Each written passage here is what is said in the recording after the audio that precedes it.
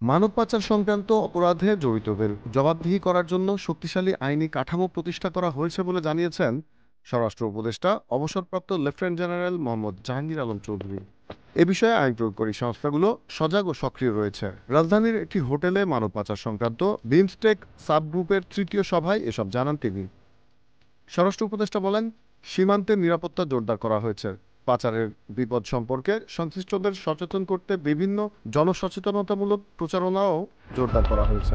মানব পাচার রোধে বাংলাদেশ তার প্রতিশ্রুতিতে অটল রয়েছে ও এ লক্ষ্যে কাজ করে যাচ্ছে। এছাড়া মানব পাচারকারীদের বিচার দ্রুত করার জন্য নিবেদিত বিশেষ ট্রাইব্যুনাল প্রতিষ্ঠা করা হয়েছে এবং আমাদের জাতীয় কৌশলে সচেতনতামূলক প্রচারণাগুলোকে পদ্ধতিগতভাবে অন্তর্ভুক্ত করা হয়েছে বলেও জানান তিনি। Z news, Dhaka.